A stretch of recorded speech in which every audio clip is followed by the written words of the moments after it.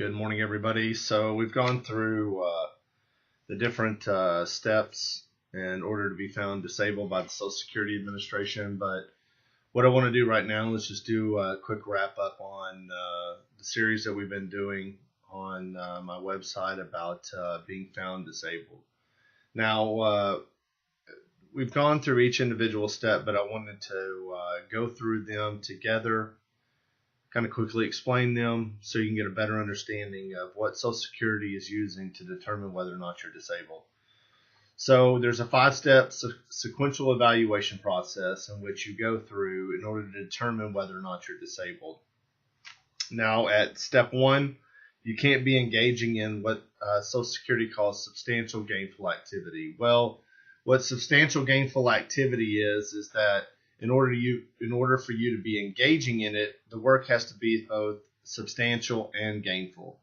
Okay, so let's talk about, well, in 2, if the work meets the requirements of substantial gainful activity, there's a presumption that you are in fact not disabled. So it's almost an automatic bar for you to get benefits. You can overcome that presumption, but you're dealing with the Social Security Administration, and the reality is that you're not going to get a break there. So you're going to have to drop your income, your gross income level down below substantial gainful activity. Okay, so what is substantial gainful activity? This is step 1 again in determining whether or not you are disabled. Not even saying that right. It's whether you are disabled. Okay, so work is substantial. Work is substantial if it involves basic work activities. Lifting, bending, standing, squatting, lifting your hands above your head, reaching, writing, sitting for 6 out of 8 hours a day on your feet, or walking or standing for 2 hours. These are all basic work activities that we all engage in some way, shape, form, or fashion when you're working, okay? That means that the work is substantial. It means that you're just not sitting there and somebody's giving you a paycheck. The work must also be gainful, and by that you're making over $1,130 a month gross amount. If the requirements are met there, substantial gainful activity is done. You've engaged in it. You fail step 1. So what can you do to overcome step 1 and keep moving forward in this process to be determined to be disabled? Well, drop your income, your gross income, below $1,130. Now that is for SSDI, Social Security Disability Insurance, the disability that you've been paying in every week with your paycheck through your FICA taxes. In the alternative, as we've discussed before, if it's SSI, which is the Supplemental Security Income, which is in itself welfare, you have to be making below $733 a month.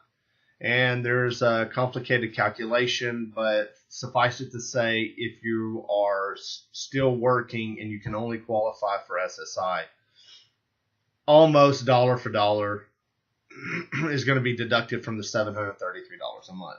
Now, if you have children, you get a child credit on that, as well as the first $20 earned, et cetera, et cetera. So just understand, you got to keep it under $733 if you're getting for SSI, $1,130 if for SSDI. But most people are going to fall under SSDI, the ones that have worked 5 out of the last 10 years, and you're gonna qualify for that. Okay, step 1. That's step 1.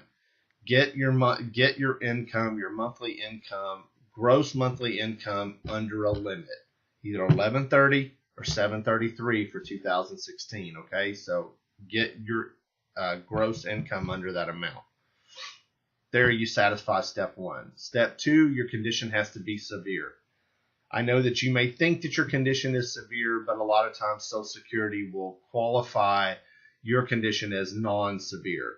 So what does it mean to be your condition to be severe? What it means is that it has to be interfering with basic work activities.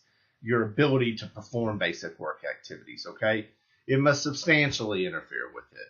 So, for example, if you have a bad back, it substantially affects your ability to sit for 6 out of 8 hours a day, walk, pick up things, bend over, push things, pull things, reach your hands above your head, etc. You're having to lie down throughout the day at different times, or you're having to elevate your feet to relieve some of the pressure off your back. That is severity. That is, your condition is being severe. Most people are going to pass step 1 and step 2, okay, with no problem, because a lot of people stop working, wait a little bit, then file for disability. So step 1 and step 2 are need to be taken care of, okay? Step 3 is, does your condition meet a medical listing? If it meets a medical listing, then, and you've satisfied step 1 and 2, which step 2 is, it's going to be a given. If you meet a medical listing, that just has to go back to step 1 to make sure you're not working, okay? So if you meet a medical listing, now a medical listing is a description that the Social Security Administration gives of impairments and says if this person meets this type of description, then they're pretty much automatically approved for disability benefits. Okay, so let's say you have uterine cancer, cervical cancer, etc. And so you look in the description, the medical listings, and it's a very complicated listing, but it's very detailed. But if you go back to your medical records and you can show that you meet that listing at step 3, boom, you're done. You get disability, and they'll review your case in 3 years. So that's what meeting a medical listing is. Okay, most people don't. So if you can't meet a medical listing, you're forgiven. You can still move forward in this sequential evaluation process. Step 1, 2, 3, 4, and 5. You satisfied step 1 and 2. You don't satisfy step 3. That's okay. Let's move on to step 4. Step 4, as we discussed before, is can you go back and do any work that you've done in the past? Well, there's a thing called relevant work history. As with the law, things have to be relevant in order to be considered to make a decision on things, okay? So 15 years of work history is the only relevant work history that's going to be determined. Now, the 15 years can be determined one of two ways. It can be determined by the date in which you file for disability, or it can be determined by the date in which you alleged you became disabled. So, if you can go back and do something that you've done work-wise within the last 15 years, you fail step 4, you may have actually passed step 1 and 2, you didn't make it through 3, you got to step 4, and Social Security determines that you can go back and monitor security cameras. That's one they love to put in there.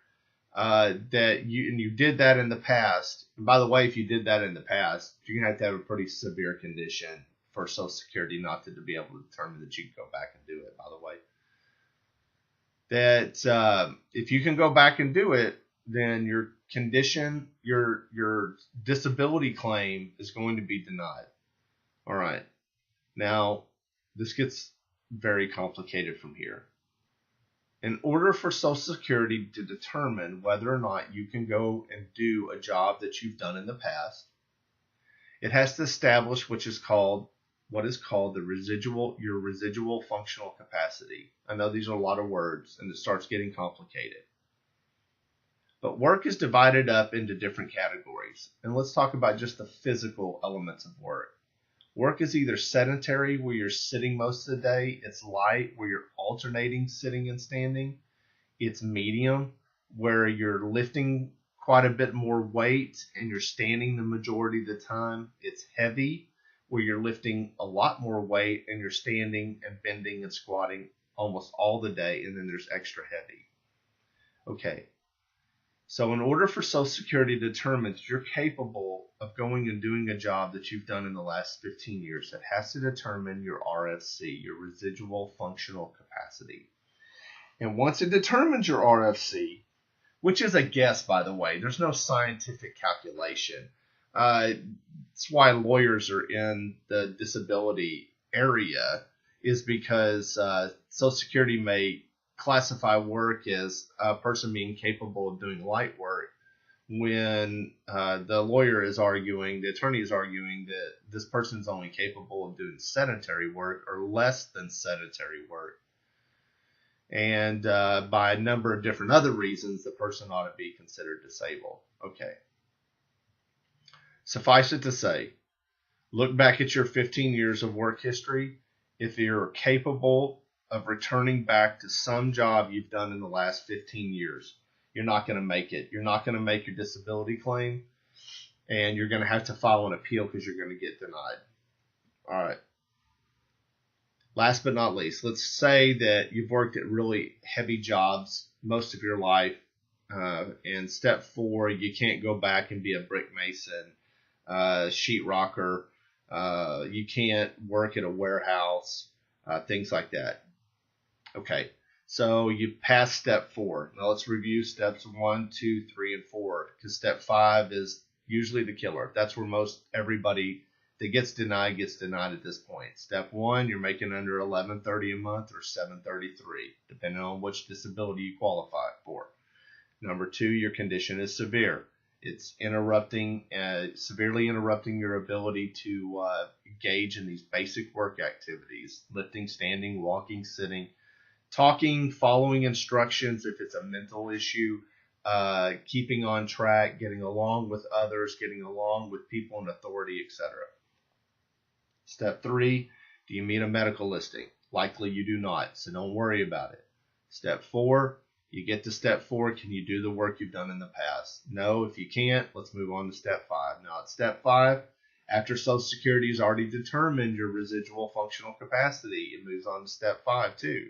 And step 5 is, can you do some other type of work? Well, if you can do some other type of work, then this conversation is completed. You did not pass your disability. You did not get disability. You didn't win benefits.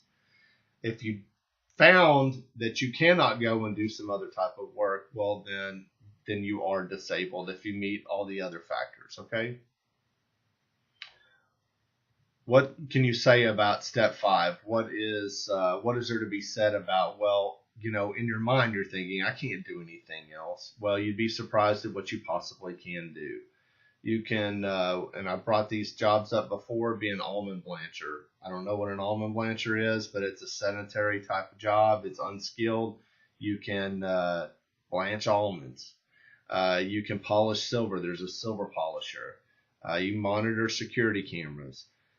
These are the kind of jobs in which you can you're told by the Social Security Administration that they exist in significant numbers, and you are capable of transferring your work skills that you learned in the past to these type of jobs. Well, if they're unskilled, doesn't even matter, but even skilled jobs, okay? Now, what does Social Security take into consideration when it's looking at whether or not you can do step 5? Age is very important here. Those over the age of 50, even 55 and into 60 get a break over you that are filing in your 36. The reason being is there's a reality that skills learned by these people, these individuals, are often not transferable because they learned them so long ago. Their education was a long time ago too. And there's the reality that if you're above the age of 50, it's really hard for you to get hired by an employer, because an employer can hire a 20-year-old for half of what he can pay a 50-year-old. Okay, so Social Security comes to that reality, okay, and actually you get a check plus or whatever. You get a benefit there, the benefit of the doubt if you're over a certain age. So Social Security looks at your age to determine whether or not you can transfer to any other type of work. It also looks at your education. If you're high school educated, but you were educated a long time ago, you're not really going to have skills to directly enter into the workforce, whereas somebody that just graduated from high school, even trade school even, would have skills that would be able to enter into the workforce. So your education does come into play. The higher you're educated, the more different type of work you're capable of doing. Age, education, your transferable work skills, like we talked about. The last 15 years, what could you do then that you could do now? So if you've got transferable work skills, it makes it even more difficult to take into. It makes it even more difficult to find that you would be unable to do some other type of work. Last but not least, it takes in the old RFC, the residual functional capacity. And that is, it takes all those things into consideration: age, education, work skills, transferable work skills, and what your RFC is. Can you do light work, sedentary work, medium work, etc.? Once that determination is made, if you cannot transfer to some other type of work, then you are disabled by satisfying 1, 2, and 4 as well, okay? And then obviously satisfying step 5.